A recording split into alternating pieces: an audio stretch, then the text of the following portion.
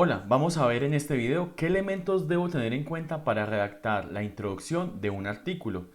Los invito a ver los otros videos de esta serie de tips prácticos para elaboración de componentes de investigación. ¿Qué video les sugiero haber visto antes? Primero, cómo redactar adecuadamente la pregunta de investigación, ya que va a ser también un insumo muy importante para saber cómo orientamos nuestro tema. Otro video que me parece vital antes de ver este es tips para identificar el problema de investigación y uno que nos ayuda a entender cómo construyo cada uno de los párrafos que constituyen la introducción sería el tips para construir la sección de antecedentes. Vamos entonces a empezar con los elementos generales de la introducción. Básicamente la introducción es el primer acercamiento amplio al tema del artículo o del trabajo de investigación que ustedes están llevando a cabo. Por eso es importante que desde la introducción quede muy claro cuál es el propósito de este trabajo, por qué este trabajo es pertinente y por qué es importante en la actualidad. Y desde esa manera es que se propone que se redacte de lo general a lo particular. Ojo con esto, para algunas revistas no se plantea la sección de marco teórico o antecedentes. En esos casos puntuales, la introducción es quien debe definir de forma sintética el estado actual del campo de investigación. ¿Qué significa esto? ¿Qué se ha investigado? ¿Qué se ha indagado? ¿Qué factores se han encontrado? ¿Qué elementos constituyen la temática? Para esto, les aconsejo entonces a más profundidad ver el video sobre elaboración de la sección de antecedentes, pero igual vamos a ver los elementos que debe contener una introducción básica. Una introducción básica no debería estar pasando más de 7 párrafos. En un párrafo inicial mencionamos qué es el tema, definimos las características, los aspectos claves y después de tener claro qué es el tema, cuál es su definición, qué lo caracteriza, pasamos a un segundo elemento, cuál es la importancia de la temática, la importancia orientada a ese avance y desarrollo que yo quiero resaltar en mi introducción. Normalmente esto sería 1 o 2 párrafos. Y ya tenemos entonces claro qué es el tema, por qué es importante y ahora es vital plantear ese pero, ese problema, esa necesidad que motiva la realización de este artículo o de este trabajo investigativo. Ese contexto de la problemática ya también tuvimos un video sobre cómo identificarlo y cómo redactarlo, los invito a verlo, pero básicamente son 2 párrafos que hablan de esa necesidad que motiva esta investigación. Finalmente, así tengamos una problemática muy grande, tenemos que delimitarla. Normalmente se delimita con la pregunta de investigación, que también existe un video cómo se elabora, y el objetivo general. Allí entonces, finalizando la introducción, debe venir la pregunta, que es la que le da origen al objetivo, y en el último párrafo vamos a identificar cómo se abordan todos los elementos de investigación en el texto. Entonces describimos de forma muy breve las secciones y los contenidos que vamos a presentar. Como la mejor forma para entender esto es con un ejemplo, vamos a plantear uno de ellos. Pero antes de eso, vamos a pensar cuáles son los errores más comunes cuando construimos una introducción. Primero, fallas en el hilo conductor. Recuerden, de lo general a lo particular. Cuando empezamos hablando de lo general es el contexto del tema en el mundo. Luego vamos al contexto del tema en Latinoamérica. Luego puede ser en nuestro país y luego en la comunidad donde vamos a aplicarlo. Y esto hace que sea muy fácil de leer. Muchas veces la introducción no tiene un hilo conductor adecuado y el lector se puede perder allí, ya que los párrafos no se encuentran debidamente articulados. Para esto los invito a que consulten los conectores adecuados y hagan una lectura bastante transparente de su introducción para que esté muy bien redactada. Segundo elemento, una extensión innecesaria. A veces tenemos unas introducciones de 2, 3 páginas, cuando si es la introducción, pues no tiene sentido que sea tan extensa.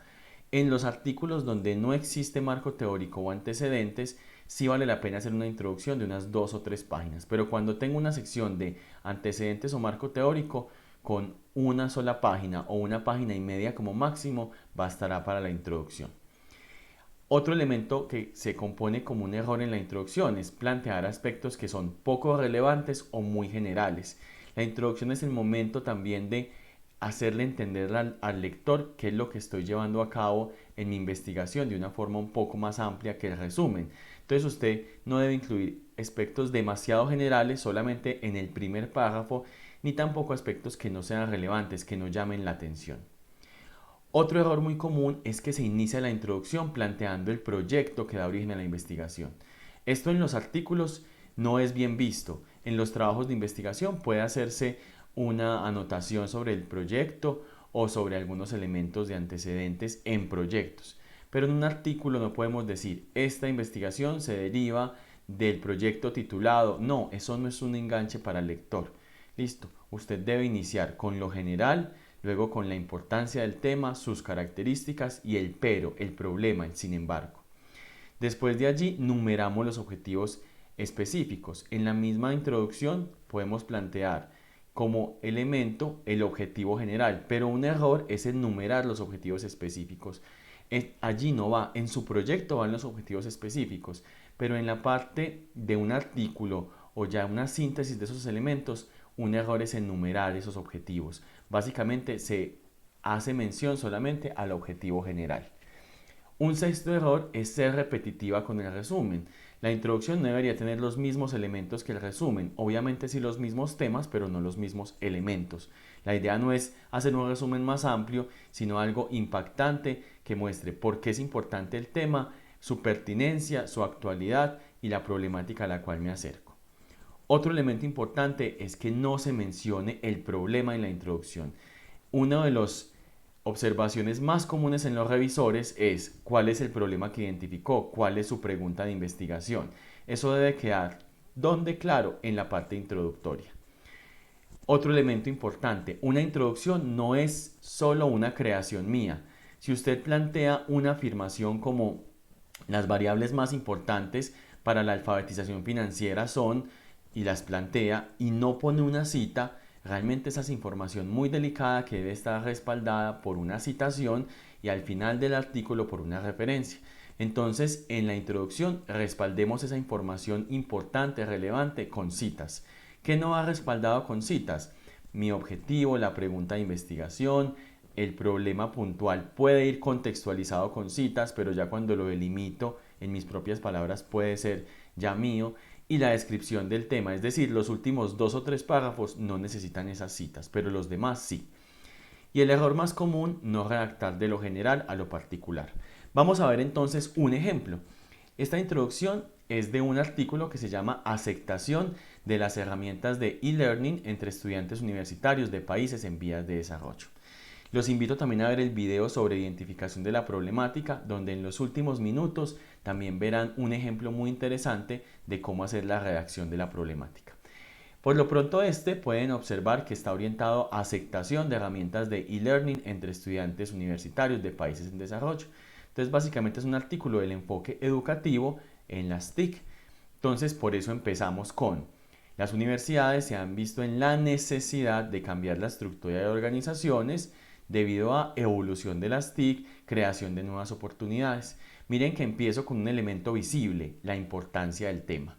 En amarillo puse las citas. Mire que cada uno de los párrafos tiene al menos una cita. El primero tiene varias, el segundo estamos hablando de 3 citas. No están señaladas en amarillo, pero tiene 3 citas.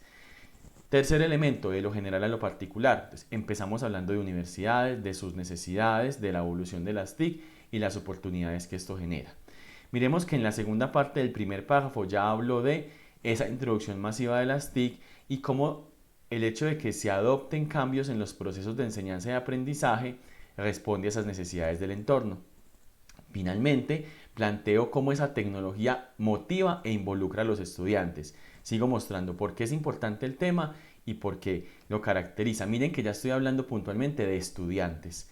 Y después digo, sin embargo, es importante considerar que las TIC en sí mismas no apoyan el proceso educativo, sino que se integran a otros procesos y para esto deben utilizar todo su potencial. Entonces hablo de la problemática. Las TIC promueven una mayor descentralización y fortalecimiento, mayor autonomía. Sigo hablando de la importancia del tema, el por qué es pertinente. Y abajo nuevamente un sin embargo. Es importante considerar que las TIC en sí misma no apoyan este proceso si no se integran adecuadamente en el proceso educativo y se utilizan en todo su potencial. De ahí entonces nos queda el hecho de que voy planteando la necesidad. Miren que se genera la necesidad de, los últimos 2 renglones, identificar aquellos factores críticos relacionados con la aceptación de estas tecnologías por parte de los estudiantes. Aquí me quedó claro entonces la importancia del tema, todos los párrafos tienen citas, voy de lo general, primero hablo de universidad en general, luego hablo de cómo se introducen las TIC en los procesos de enseñanza y aprendizaje, luego hablo ya de los estudiantes y luego hablo de la problemática que se deben considerar integradas a un proceso educativo y que a partir de ahí se genera una necesidad. Ya empecé a hablar de la problemática. En la segunda parte de esta introducción ya ahondo más sobre la problemática. Dice, aunque existe una gran cantidad de estudios que abordan el análisis de los modelos de aceptación tecnológica en estudiantes, la mayoría se centran en países desarrollados. Hay una necesidad de hacer enfoque en los países en vía de desarrollo, que miren qué es lo que yo prometo en el título. Nuevamente, todos los párrafos tienen al menos una cita, menos el último porque el último es creación propia.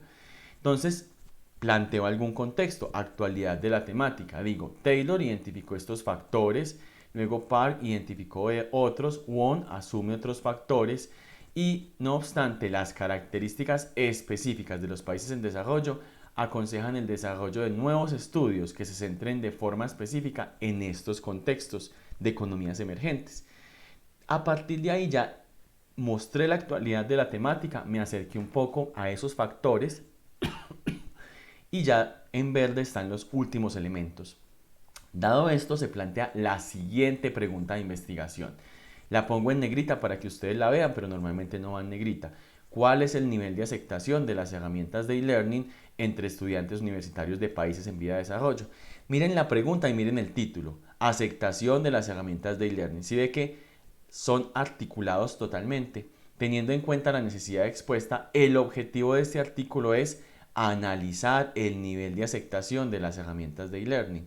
Claro, si mi pregunta es ¿cuál es el nivel de aceptación? Pues mi objetivo tiene que estar directamente ligado a analizar el nivel de aceptación. Y lo último, la estructura del texto. Para lograr este propósito se utiliza el modelo de aceptación. Hablo del modelo, identificamos factores críticos, se encuestaron 754 estudiantes, se plantea que es una investigación descriptiva con un diseño metodológico cuantitativo y miren que ya muestro la estructura del texto al final. ¿Qué estructura sigo entonces? Esta que les planteaba acá. Hablo de qué es el tema, luego por qué es importante el tema, luego el pero, esa necesidad, esa problemática, luego cómo esa problemática la delimito a un contexto particular, su comunidad, su universidad, una empresa. Luego planteo entonces la pregunta de investigación, el objetivo de investigación y finalmente cómo se abordan esos elementos en el texto.